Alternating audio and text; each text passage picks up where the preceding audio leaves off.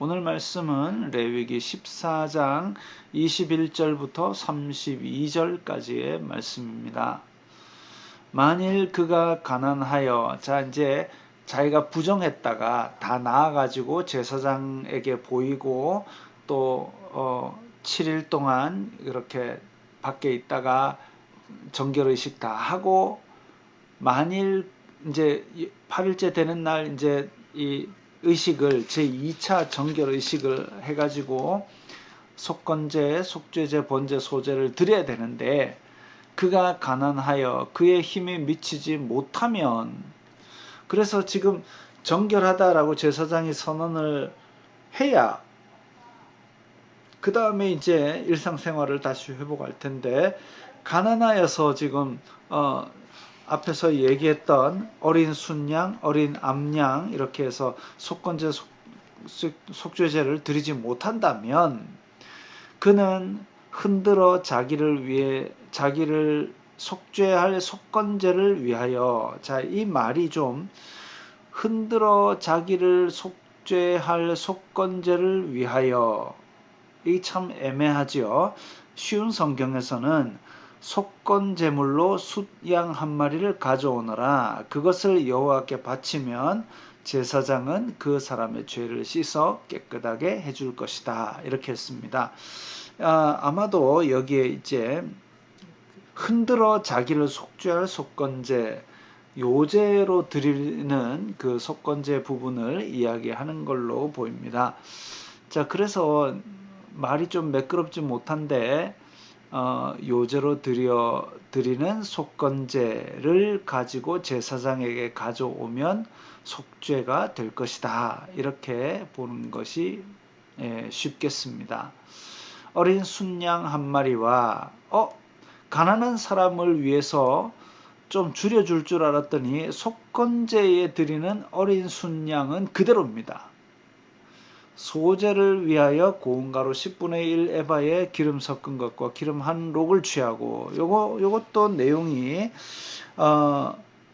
이제 10분의 1 에바, 앞에서 그 원래 정결의식의 내용은 10분의 3 에바였는데 지금 고운 가루는 10분의 1 에바, 그러니까 3분의 1로 줄어든 거죠. 가루도. 사실 광야에서 지금 조금 의문이 드는 것이, 광야에서 밀농사를 짓지도 않았는데 밀가루가 어디서 났을까? 혹은 만나 가루일까? 알 수가 없습니다. 정확하게는. 어쨌든 그 가루를 구하는 것은 쉽지가 않았을 텐데, 근데 10분의 3 에바를 드릴 수 없는 사람 같은 경우는 3분의 1만 드릴 수 있도록, 기름도 사실 구하기는 쉽지 않았을 겁니다. 가루와 기름 쉽지 않았을 건데 어쨌든 그것을 지금 드릴 수 있도록, 그래서 지금 숫양은, 제물은 대체가 불가능했습니다. 가난하다고 해서 어떤 다른 걸로 대체할 수 있는 것이 아니다. 다만 소제물은 줄여주셨습니다. 그의 힘이 미치는 대로 산비둘기 둘이나 집비둘기 새끼 둘을 가져다가, 산비둘기나 집비둘기 같은 경우는 아마도 구하기가 그래도 양이나 소보다는 쉽지 않았는가 추정할 수 있는 거죠. 왜냐하면 가난하더라도 비둘기를 드릴 수 있다라는 것은, 비둘기는 가난한 사람도 어쨌든 잡으러 나가든지 구할 수는 있을 것이다, 이거지요. 물론 부정한 사람이 아직 정결하다라는 말도 듣기 전에 잡으러 다닐 수는 없으니까 아마도 그 가족들이 도와주거나 그렇게 하지 않았을까 생각할 수 있습니다.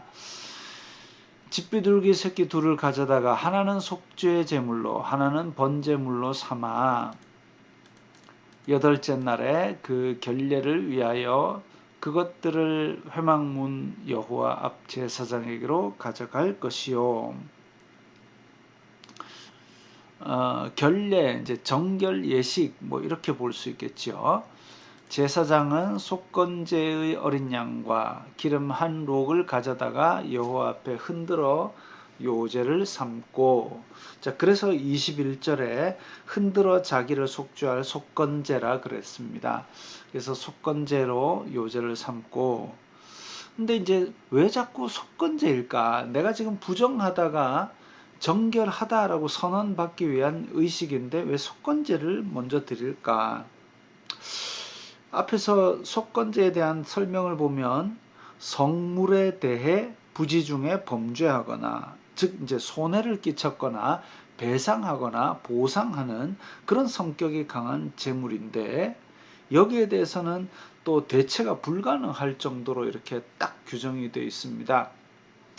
그렇다라는 것은 이게 왜 속건제일까? 성경은 거기에 대해서는 자세히 나와 있지는 않지만 하나님의 백성, 하나님의 소유된 백성에 대한 어떤 손해가 된, 부정하게 만든 그런 배상의 성격 때문에 속건제가 아닐까라고 추정은 하지만 정확하게는 성경이 이야기하고 있지 않기 때문에 알 수 없습니다.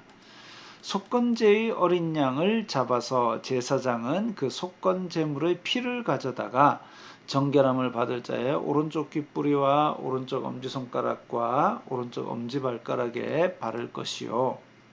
제사장은 그 기름을 자기 왼쪽 손바닥에 따르고 오른쪽 손가락으로 왼쪽 손에 기름을 조금 찍어 여호와 앞에 7번 뿌릴 것이요. 그 손의 기름은 제사장이 정결함을 받을 자의 오른쪽 귓뿌리와 오른쪽 엄지손가락과 오른쪽 엄지발가락 곧 속건제물의 피를 바른 곳에 바를 것이며, 자, 이거는 앞에 그 형편이 되는 사람의 정결 예식과 똑같은 절차를 하고 있습니다. 또 그 손에 남은 기름은 제사장이 그 정결함 받는 자의 머리에 발라 여호와 앞에서 그를 위하여 속죄할 것이며, 그는 힘이 미치는 대로 산비둘기 한 마리나 집비둘기 새끼 한 마리를 들이되, 곧 그의 힘이 미치는 대로 한 마리는 속죄제로 한 마리는 소제와 함께 번제로 드릴 것이요. 제사장은 정결함을 받을 자를 위하여 여호와 앞에 속죄할지니 나병 환자로서 그 정결 예식에 그의 힘이 미치지 못한 자의 규례가 그러하니라. 자, 그래서 속죄 제물도 하나님 앞에 내가 죄 용서를 받아야 되는데 돈이 없어서 죄 용서를 못 받습니다. 그런 사람 없도록 비둘기를 나가서 잡아오너라. 그러면 죄 용서해 주시겠다 한 것처럼, 내가 지금 정결하다고 선언을 받아야 되는데 그걸 받기 위해서 재물을 가져가야 되는데 그 재물이 형편이 안 되는 사람은 이렇게 비둘기로서 재물을 하지만, 앞에서도 이야기했듯이 속건 제물로 드리는 이 어린 순양은 대체 불가입니다. 아마 그 제물이 가장 핵심적인 그리고 가감을 용납하지 않는 중요한 정결의식의 핵심으로 보입니다. 어쨌든 그렇게 해서 가난한 사람도 정결하다는 선언을 받을 수 있는 길을 열어두셨습니다.